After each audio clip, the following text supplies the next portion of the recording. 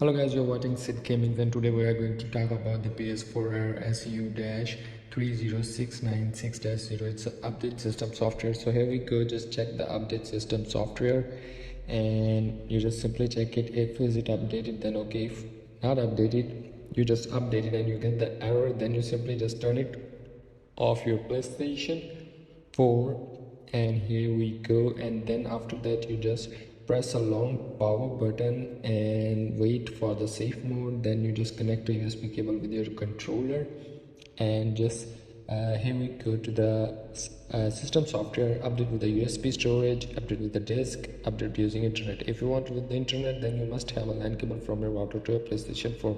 And after updating your system software, you just simply go and check your system software update in the settings system software and check if it is up to date or not. And simply that's how you can do it and fix the error.